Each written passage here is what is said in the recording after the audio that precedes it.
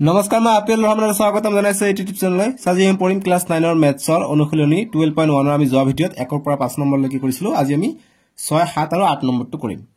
so একেবাৰে সহজ অংক এইবিলাক গতিকে 6 সলিউশনটোৰ পৰা আমি ভিডিঅ'টো আৰম্ভণি কৰি দিও তোমালোকে যি সকলে চেনেলটো সাবস্ক্ৰাইব কৰা সাবস্ক্ৰাইবটো কৰি লবা আৰু ভিডিঅ'টো লাইক কৰিবা আমাক আছে যে সমদ্বিবাহু ত্ৰিভুজ এটা পৰিসীমা 30 সেমি আৰু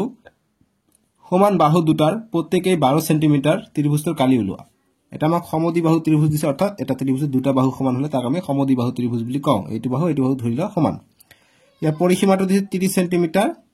আৰু সমান বাহু দুটাৰ প্ৰত্যেকই 12 সেমি অৰ্থাৎ দুটা বাহু সমান আছে ইয়াৰ 12 সেমি দৈৰ্ঘ্য ইয়াৰ 12 সেমি দৈৰ্ঘ্য আছে আমি তৃতীয় বাহু দৈৰ্ঘ্যটো নাজানো এতিয়া আমাক ত্ৰিভুজৰ কালি উলাব গৈছে গতি আমি তৃতীয় বাহুৰ দৈৰ্ঘ্যটো উলাব পাৰিলে আমি কালিটো উলাব পাৰিম ঠিক আছে হিৰনৰ সূত্ৰৰ মতে সো আমি লিখো যে ইয়াত আমাক কি দিয়া আছে আমাক যিখিনি দিয়া আছে লিখিলাম যে এটা বাহু অৰ্থাৎ a দিয়া আছে আমাক 12 সেমি আন এটা বাহু b আমি 12 সেমি লিখি দিও আনটো বাহু c টো আমাক দিয়া নাই এটো প্ৰশ্ন বোধক আমি লিখি দিও ঠিক আছে গতিকে আমাক যেহেতু পৰিসীমা দিয়া আছে পৰিসীমাৰ পৰা আমি c উলাব পাৰিম লিখিম যে অতএব পৰিসীমা গতিকে পৰিসীমা কিমান দিয়া আছে 30 সেমি দিয়া আছে পৰিসীমাটো গতিকে পৰিসীমা মানে কি হয় তিনিটা বাহুৰ যোগ গতিকে তিনিটা বাহু কি আছে a b c যোগ হ'ব অৰ্থাৎ 12 সেমি যোগ হ'ব 12 সেমি যোগ হ'ব আৰু c যোগ হ'ব = 30 সেমি এককটো নিদিলে হ'ব পিছত দিলে হ'ব এটা 12 12 24 24 যোগ c = 30 সেমি পালো এতিয়া c ৰ মান লাগে গতিকে c = 30 - 24 এতিয়া আমি c কিমান পালো c = 30 ৰ পৰা 24 গলে 6 গতিকে c ৰ মান পালো আমি 6 গতিকে এতিয়া ab ৰ মান পাইছো c ৰ মান পালো এতিয়া আমি s ৰ মান পাই যাম অতএব s = সব বিলাক যোগ কৰি 2 দি ভাগ বা আমাক যেহেতু পৰিসীমা দিছে যদি পৰিসীমা হ'ব সবকেটা যোগ কৰিলে 30 এ পাম 30 ভাগ 2 কৰিলে হৈ যাব 30 ভাগ 2 গতিকে s হৈছে অৰ্ধ পৰিসীমা গতিকে 30 ভাগ 2 কৰিলে 15 পাই যাম ইমান পাই যাম আমি s ৰ মান সেন্টিমিটাৰ নহয় অকল 15 ঠিক আছে এতিয়া ত্ৰিভুজৰ কালিটো ওলাব পাৰিম গতিকে লিখিম অতএব ত্ৰিভুজৰ কালি ত্ৰিভুজৰ কালি গতিকে ত্ৰিভুজৰ কালিৰ সূত্ৰ কি √ থাকিব s s - a s - b আৰু s - c ঠিক আছে এতিয়া আমি s কিমান s পাইছে 15 গতিকে √ থাকি যাব গতিকে s মানে 15 15 - a হৈছে 12 সেমি 15 b হৈছে 12 সেমি সমদ্বিবাহু আৰু s হৈছে 15 c আমি পাইছো কিমান 6 পাইছো গতিকে আমি 6 বিয়োগ কৰি দিলো এতিয়া আমি নেক্সট লাইনত কি কৰিম 15 আছে পূৰণ হৈ আছে গতিকে 15 পৰা 12 গলে 3 সেম একেদৰে 15 পৰা 12 গলে 3 ইয়াত হৈছে 15 পৰা 6 গলে কিমান হৈ যায় 9 হৈ যায় ঠিক আছে গতিকে এটা আমি পাই গলো গতিকে আমি 3 পূৰণ 3 কৰিলে 9 পাই যাও গতিকে আমি এনেকৈ কৰিব পাৰো তোমালোকে চোৱা 3 পূৰণ 3 হৈ আছে 3 পূৰণ কৰিলে কিমান হয় 9 পাই যাও আমি গতিকে 15 * 9 * 9 গতিকে ৰুটৰ ভিতৰত দুটা আছে আমি এটা বাহিৰত লিখিব পাৰো গতিকে আমি এটা বাহিৰত লিখিলো 9 আৰু 15 টো ভিতৰত থাকিলে 15 টো ভিতৰতে থাকিলে গতিকে 9 15 হৈ যাব আমাৰ ইমান সেন্টিমিটাৰ স্কয়াৰ হৈ যাব আমাৰ ইয়াৰ ত্ৰিভুজৰ কালি এইটোই आंसर ঠিক আছে 9 √15 বুজি পাইছা এতিয়া আমি 6 নম্বৰ কৰিলে 7 নম্বৰটো কৰিম 7 নম্বৰ দিছে আমাক যে এটা সমবাহু ত্ৰিভুজৰ কালি নিৰ্ণয় কৰা যাৰ পৰিসীমা 24 সেমি এতিয়া সমবাহু কৈছে অৰ্থাৎ প্ৰতিটো বাহু সমান হ'ব তাক আমি সমবাহু ত্ৰিভুজ কম অৰ্থাৎ এটো যদি 8 হয় এটো 8 এটো 8 হ'ব ঠিক আছে সো গতিকে আমি লিখি দিম যে ইয়াত এটো সলিউশন আমি কৰি আছো যে ইয়াত আমাক কি দিয়া আছে পৰিসীমা দিয়া আছে পৰিসীমা লিখিম যে পৰিসীমা = দিয়া আছে আমাক 24 সেমি ঠিক আছে গতিকে পৰিসীমা মানে কি সবকেটা বাহুৰ যোগফল অৰ্থাৎ a বাহু b বাহু c বাহু যোগফল গতিকে সমবাহু ত্ৰিভুজ কৈছে অৰ্থাৎ সব বিলাক বাহুৱে সমান হ'ব গতিকে তিনিটা বাহুৰ যোগফল হ'ব গতিকে 3 * বাহু এই কাৰণে আমি কওঁ যে পৰিসীমা = 3 * বাহু বুলি কওঁ বুজি পাইছা এনে ধৰে আহে বাহুটো গতিকে বাহুৰ যোগটো সেম আছে তিনিটা বাহুৰ যোগফল আমি কৰিলে 3 বাহু পাই যাও তিনিটা বাহু পাই যাও = আমি 24 পাই যাও এটো বাহু ঠিক আছে বাহু বনামটো এইটো এনেকুৱা বাহু 3 * বাহু এতিয়া আমি বাহুৰ মান লাগে অৰ্থাৎ এটা বাহু কিমান আমি নাজানো বাহু = 24 তিনিটো পূৰণ হৈ আছে ইফালে হৰণ হ'ব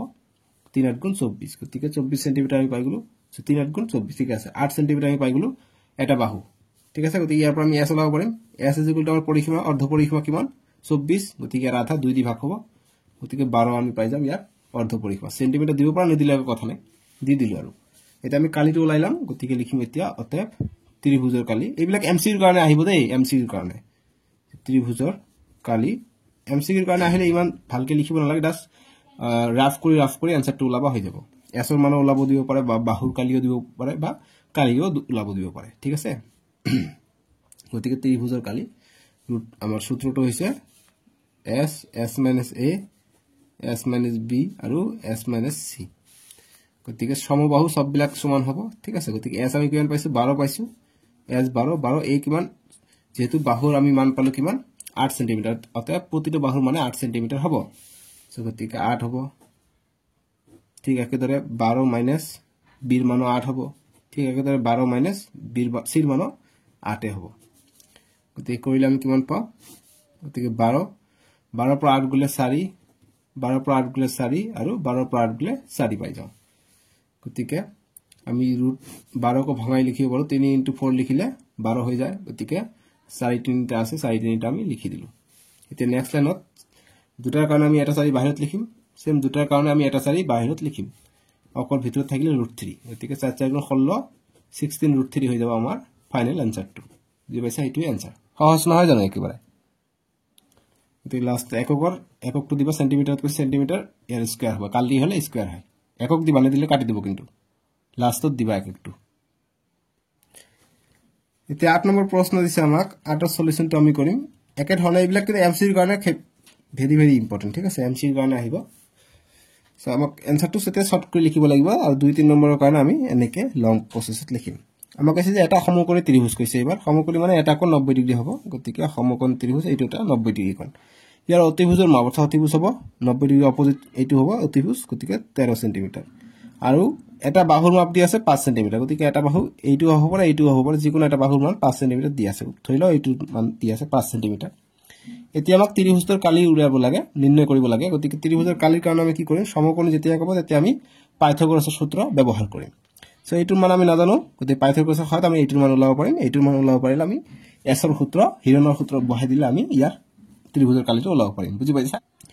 সো আমি প্ৰথমত পাইথাগোৰাছৰ সূত্ৰ ব্যৱহাৰ কৰি আমি এইটো ওলাইলা প্ৰথমত লিখিম যে ইয়াত নালাগে ইয়াত আমাক abc দি আছে গতিকে ঠিক আছে ইয়াত লিখি দিও যে ইয়াত অতিভুজ ইজ ইকুয়াল টু 13 সেন্টিমিটার এটা বাহু ইজ ইকুয়াল টু আমি 5 সেন্টিমিটার আমাক দি আছে আৰু আনটো বাহু আমি ধৰি লও যে ধৰা হল আনটো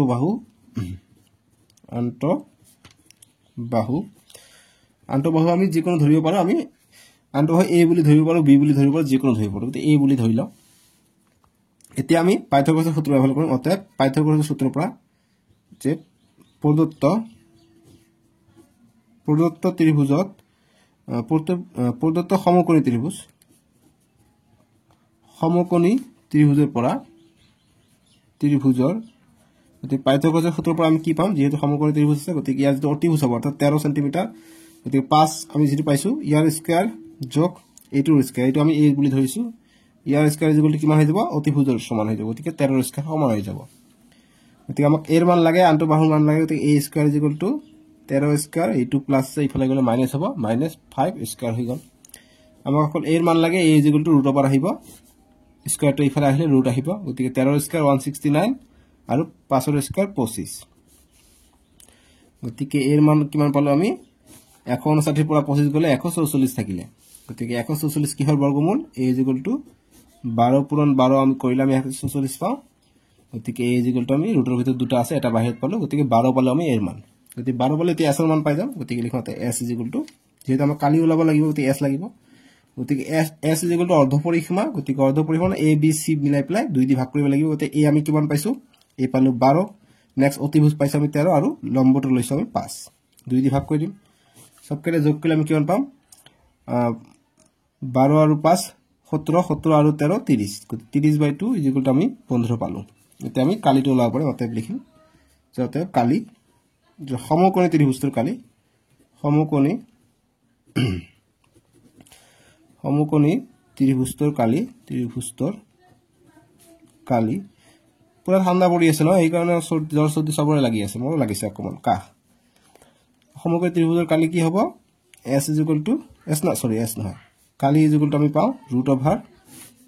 s - a সূত্ৰটো লিখিবা সূত্ৰটো লিখিলে আমি ফ্ৰী নম্বৰ পাম s - c s কিমান পাইছে 15 গতি ৰুট থাকিব s - c অৰ্থাৎ 15 - a কিমান পাইছে 12 তাৰপিছত s - s হৈছে 15 বিয়োগ b কিমান পাইছো b লৈছো 5 লৈছো এটো সব b 5 লৈছো 5 এটো b এটো s বা এটো c বুলি দিব পাৰা গতিকে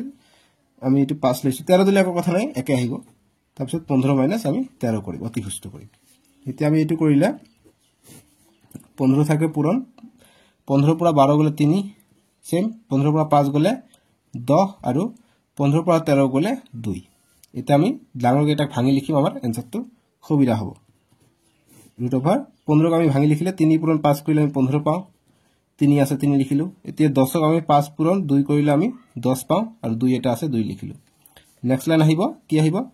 5 দুটা আছে আমি এটা বাহিৰত লিখিলো